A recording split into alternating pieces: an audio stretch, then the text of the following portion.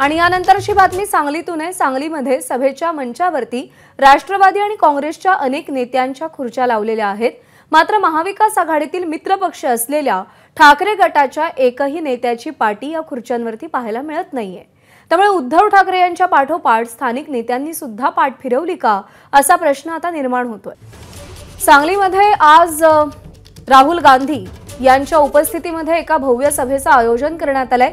खरं तर चर्चा अशी होती की याच सभेच्या माध्यमातून महाविकास आघाडी आपल्या विधानसभेच्या दृष्टीने प्रचाराचा नारळ वाढवेल, पण या संपूर्ण सभेकडे शिवसेना ठाकरे गटाने पाठ फिरवली की काय असा प्रश्न उपस्थित होतोय।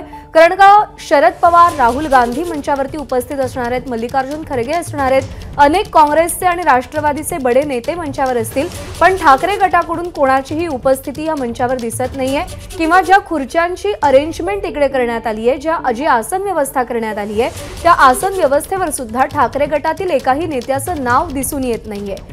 सांगली लोकसभेच्या वेळेला ज्यावेळी विश्वजित कदम आणि जे दुसरे ठाकरे गटाचे उमेदवार होते चंद्रहार पाटील यांच्यामध्ये काहीशी चुरस रंगलेली होती। विश्वजित कदम यांनी पाठिंबा दिलेला नव्हता आणि त्यामुळे ही नाराजगी आहे का, ही नाराजी आहे का, हा सवाल उपस्थित होतोय।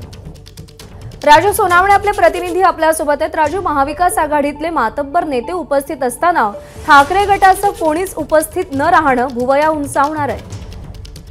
अगदी प्रज्ञा, पाहतोय आपण आता जे आहे ते स्वर्गीय पतंगराव कदम यांच्या पुतळ्याचं लोकार्पण झालेलं आहे आणि आता सभेला सुरुवात झालेली आहे। या सभेला जर पाहिलं आपण तर राहुल गांधी आहेत, मल्लिकार्जुन खरगे आहेत, राष्ट्रवादीचे नेते शरद पवार आहेत, जयंत पाटील आहेत, काँग्रेस आणि राष्ट्रवादीचे जवळपास आपल्याला सर्वच मोठे नेते जे आहेत या ठिकाणी पाहायला मिळत आहेत। मात्र ठाकरे गटाचे जे आहेत ते नेते स्वतः उद्धव ठाकरे असतील, संजय राऊत सुद्धा आपल्याला ठिकाणी पाहायला मिळत नाही। विश्वजित कदम यांनी सांगितल्याप्रमाणे का मी आमंत्रण दिलं होतं, मात्र त्यांच्या घरगुती कारणास्तव ते येऊ शकलेले नाही, त्यामुळे त्या पत्रिकेत त्यांचं नाव सुद्धा पाहायला मिळत नाही। आणि आता सभेच्या ठिकाणी ज्या काही खुर्च्या लागलेल्या आहेत त्या खुर्च्यांवरती फक्त राष्ट्रवादी आणि काँग्रेसच्या नेत्यांचं जे आहे ते नाव पाहायला मिळतंय। ठाकरे गटाच्या एकाही नेत्याचं जे आहे ते नाव पाहायला मिळत नाही। त्यामुळे साहजिकचपणे ज्याप्रमाणे उद्धव ठाकरे आलेले नाही त्याचप्रमाणे स्थानिक नेत्यांनी सुद्धा या कार्यक्रमाकडे पाठ फिरवले का असं जे आहे ती चर्चा सुरू आहे। कारण ही सभा म्हणजे आगामी विधानसभेसाठीचं जे आहे ते एक प्रकारचं प्रचाराचा नारळ फोडला जाईल अशा प्रकारची चर्चा होती। त्यामुळे ठाकरे गटाचे सगळे नेते अनुपस्थित राहणं याचा अर्थ ज्या प्रकारे लोकसभेमध्ये विश्वजित कदम असतील किंवा चंद्रहार पाटील यांच्यामध्ये जो काही कलगीतुरा रंगलेला होता विशाल पाटील यांच्यावरून, ती नाराजी आहे का असाही प्रश्न निर्माण होतोय। कारण विशाल पाटील आज या सगळ्या अपक्ष जरी असले तरी या सभेला उपस्थित आहेत।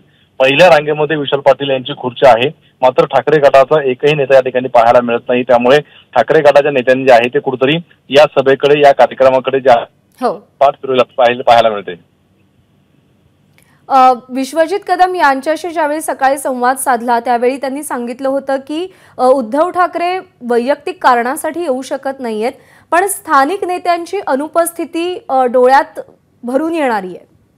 साहजिकच आहेत। सकाळी विश्वजित कदम यांनी म्हटलं होतं का मी उद्धव ठाकरे यांची वेळ घेतली, अर्धा तास आम्ही गप्पा मारल्या, मात्र उद्धव ठाकरे म्हणाले की माझ्या घरगुती कारणास्तव मी येऊ शकत नाही। संजय राऊतांना सुद्धा निमंत्रण दिलं होतं, मात्र त्यांनी सुद्धा कन्फर्म केलं नाही। त्यामुळे मग जे काही कार्यक्रम पत्रिका आहे त्यावरती दोन्ही नेत्यांचं नव्हतं। मात्र जे काही स्थानिक नेते या ठिकाणी सांगलीचे असतील ते सुद्धा आपल्याला पाहायला मिळत नाहीये।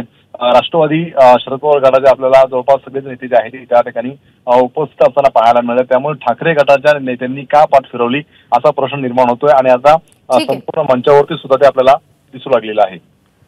राजू, अपडेट जाणून घेत राहू। सध्या धन्यवाद दिलेल्या माहितीसाठी। एबीपी माझा, उघडा डोळे बघा नीट।